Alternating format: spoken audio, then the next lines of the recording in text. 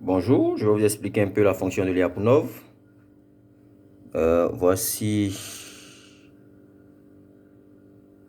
voici notre système dont nous devons prouver la stabilité. Alors pour ce faire, qu'est-ce que je fais? Je vais utiliser certains thèmes. Je vais utiliser deux blocs. J'ai ce bloc-ci et ce bloc-là.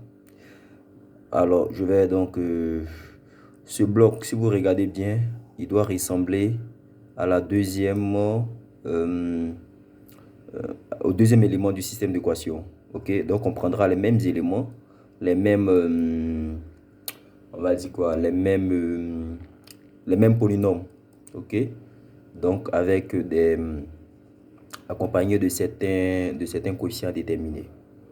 Donc celui-ci doit ressembler exactement à celui-là. Ok, et celui-là doit ressembler à celui d'en haut. Ok, et à la fin, ce qu'on doit faire, ça sera de multiplier celui-ci par celui-là et celui-là par celui-là pour avoir notre V' de x. Alors, le challenge sera de donc déterminer A1, A11, les différents coefficients que nous avons là, ok, de telle sorte que notre V' là soit négatif. Ok, pour avoir le V', qu'est-ce qu'on fait? On va multiplier ce thème-là par le thème du haut, par x1 point, et ce thème-ci par le thème du bas par x2 points. Et je rappelle que pour avoir ce thème-ci, ici il y a un 3, faites attention. Voilà, pour obtenir ce thème-ci, ok, nous prenons exactement les mêmes polynômes que les polynômes du bas. Pourquoi est-ce qu'on fait ça? On fait ça parce qu'en fait, puisque après l'idée c'est quoi? Après l'idée c'est de multiplier ce thème-là par le thème du haut, par le x1 point, et ce thème-ci par le thème du bas. Donc c'est pour créer l'équilibre. Si vous voyez bien ici, là, on a deux thèmes. Ici, donc, on va créer l'équilibre. Donc, il faut que là, on ait exactement trois thèmes, c'est-à-dire le nombre de thèmes qu'on a en bas ici. Et ici, nous avons deux thèmes. On multiplie donc par les trois thèmes qui sont ici. Donc, ça crée un équilibre en termes de longueur. C'est un peu ça l'idée. Notre A11X1, notre A12X2. Et ici aussi, sachez une chose, c'est que le A12 va se répéter là. Voilà. Parce que si vous voulez, c'est combien d'éléments qu'ils ont en commun. C'est très important aussi de faire attention à ça. Le A12 de X2 que nous avons ici va se répéter au niveau du A1, au niveau du A, au niveau de ce bloc-là. Ça va. Maintenant, nous allons compléter par un certain B1, X1. Ça, c'est la partie linéaire. OK. Bon, quand vous prenez, vous voyez que nous avons la partie linéaire et puis nous avons la partie non linéaire. OK. Au niveau de la partie linéaire, le thème de x2 se répète au niveau du thème de x1 ici. C'est le même coefficient. Et puis après, nous complétons éventuellement par des coefficients de la partie non linéaire. Donc, une fois que nous avons ça, nous allons maintenant multiplier ce thème-là par ce thème-ci et ce thème-ci par le thème du bas. Et voici ce que ça nous donne comme résultat. Ok, quand on fait ça fois ça, on obtient le thème du haut. Quand on fait ça fois ça, on obtient le thème du bas. Donc, on essaie de mettre les éléments ensemble. Ok, voilà, donc en mettant en facteur, on a ça. Bon, ça c'était une erreur, donc j'ai barré. On a ça, on a ça, on a ça, on a ça. Alors, l'idée première, c'est quoi? C'est que nos éléments, nos thèmes croisés, c'est-à-dire là où nous avons x1, x2, c'est ce que nous appelons les éléments, les thèmes croisés, on doit s'arranger pour que ces thèmes-là sautent, donc pour que ce thème-là soit nul, ok? Donc ici, je veux forcément que je veux que ce thème-là, pour que lui saute, il faut que le coefficient soit nul. Pour que le coefficient soit nul ici, il faut que mon B1, comme vous voyez ici, mon B1 soit égal à mon A22, là. Je commence par les thèmes les plus simples, hein. Donc je regarde les thèmes croisés, c'est eux que je vais annuler dans un premier temps, ok? Et donc, il faut que mon A1, il faut que mon B1 soit égal à mon A22. OK? Et je prends je prends l'élément le plus simple, positif ou un entier positif. Je prends 1. Donc, B1 égale à A22 égale à 1. Ça va? Donc là, avec ça, j'ai 0 ici. Et quand je viens là, je laisse les thèmes non croisés. Je viens ici, je vais aussi avoir un 0 là. OK? Voilà, je vais avoir un 0 là.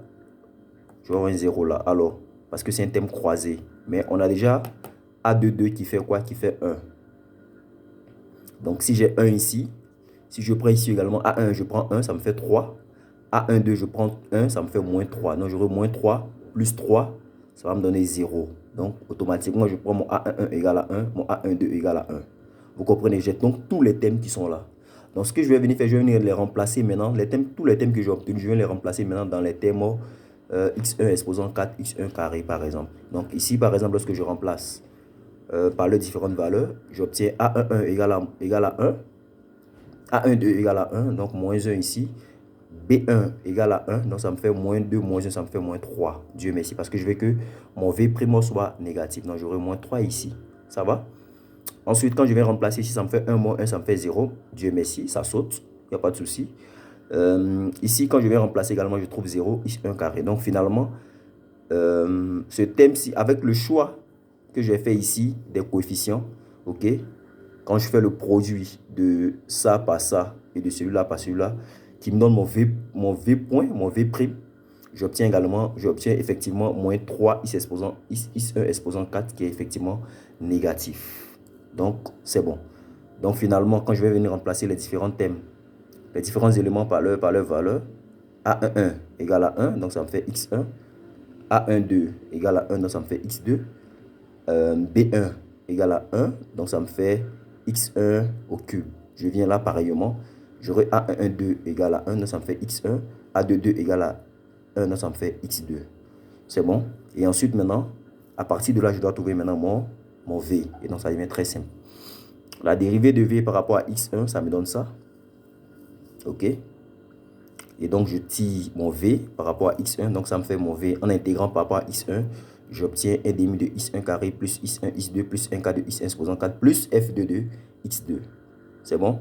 Et ma dérivée de V par rapport à x2, donc je dérive encore ce que j'ai trouvé là par rapport à x2 pour pouvoir trouver mon f de x2. Quand je dérive V par rapport à x2, j'obtiens quoi? J'obtiens ici, bien sûr, ça s'annule. Ici, j'aurai x1. Là, j'aurai f' de x2 qui me donne ça qui est là. On sait que ça, c'est la dérivée de V par rapport à x2. Donc, je pose l'égalité entre les deux. Et ça me donne f' de x2 égale à x2. Et donc, mon f de x2 égale à 1 demi de x2 au carré plus une constante. Mais bon, on prend la constante nulle. Donc, on vient maintenant remplacer ça dans ici. OK, quand on vient remplacer ici, on va obtenir le thème du haut que vous voyez là. OK, 1 demi de x1 carré plus x1, x2, ainsi de suite. Ça va? Et ce qu'on peut faire, c'est qu'on peut mettre 1 demi en facteur. Et donc, on va obtenir 1 demi facteur de x1 plus x2, le tout au carré. Parce que quand on met 1 demi en facteur là, on obtient x1 au carré plus 2, x1, x2 plus x2 au carré. Donc, ça nous donne 1 demi de x1 plus x2, le tout au carré, plus le 1 quart de x1 exposant 4.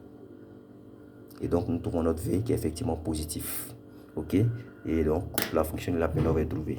Bonne chance. Je suis disponible pour toutes vos questions. Nous verrons ensuite qu'il y a des cas. Nous verrons qu'il y a des cas, par exemple, où il y a des cas, quand c'est bien appliqué, ok, il y a des cas où, par exemple, lorsque vous trouvez même le V prime négatif, vous allez avoir, par exemple, en intégrant, vous allez avoir un V aussi négatif. Ok, il y a des cas et il y a ces différents cas-là. Ça ne marche pas directement. Ça marche dans tous les cas, mais ça ne marche pas directement dans tous les cas. Il y a des cas où nous sommes appelés, par exemple, à transformer tous les moins que nous obtenons là. On peut avoir souvent, par exemple, en intégrant V, on peut avoir moins 1 demi de x1 au carré, moins 1 demi de x2 au carré. Il nous suffit simplement de remplacer tous les moins par plus. Ok, quand on remplace tous les moins par plus, ça marche. Ok, on verra aussi des cas, par exemple, où quand il n'y a pas de partie linéaire, ni en haut, j'ai dit bien ni en haut, ni en bas, ça dit et en haut et en bas n'ont pas de partie linéaire et que nous avons que des thèmes non linéaires en général, on ne peut pas trouver de fonction de Lyapunov. On ne peut pas trouver de fonction de Lyapunov. Et donc, il faut passer, n'est-ce pas, encore par la contraposée qui est le théorème de Tchatchaev. Je crois que voilà. Donc, voilà un peu. Et nous allons voir, si vous voulez, avec des différents cas. Je propose, par exemple, que pour ceux qui ont des questions, qu'ils m'envoient, par exemple, les différentes fonctions de Lyapunov sur lesquelles nous pourrons travailler. Voilà, parce que chaque cas, ce cas-ci, par exemple, il marche toujours lorsque nous avons la partie linéaire en haut et la partie linéaire en bas. Donc, les deux éléments de la partie linéaire en haut et les deux éléments de la partie linéaire en bas, ça marche directement. OK? Mais quand ce n'est pas le cas, on peut avoir à faire des manipulations vers la fin. Voilà, mais on retombe toujours sur la fonction de Lyapunov, si elle existe effectivement. Et comme j'ai dit, il y a des cas où on ne peut pas trouver de fonction de Lyapunov. Et donc, il faut utiliser le théorème de Tchatchaev qui est la contraposée de Lyapunov pour prouver en fait que le système n'est pas stable. Parce que trouver la fonction de Lyapunov, c'est de prouver que le système est stable. Et donc, il existe forcément une fonction de Lyapunov pour prouver que ce système est stable. Mais quand le système n'est pas stable, on ne peut pas trouver de fonction de Lyapunov. OK? Et donc, ce principe-là va nous amener à trouver un V. Par exemple, je prends un exemple tout simple avec les thèmes. Vous pourrez par exemple voir, après intégration, vous avez fini de trouver votre V'. Et après intégration, pour trouver le V, vous trouvez par exemple un seul thème. Vous trouvez un demi de x1 au carré par exemple. Plus x1, je prends n'importe quoi. Donc le x2 n'existe pas. Ça veut certainement dire, ça veut clairement dire avec cette méthode-là qu'on ne peut pas trouver de V de Lyapunov. Donc il faut appliquer Tchatchaev pour prouver qu'en fait le système n'est pas stable. Ok. Donc, et pardon, la solution du système n'est pas stable. Excusez-moi, pas tout, je dis système n'est pas stable, c'est plutôt la solution du système n'est pas stable. Voilà. Donc voici un peu ma contribution pour la fonction de Lyapunov. Je reste ouvert à toutes vos questions.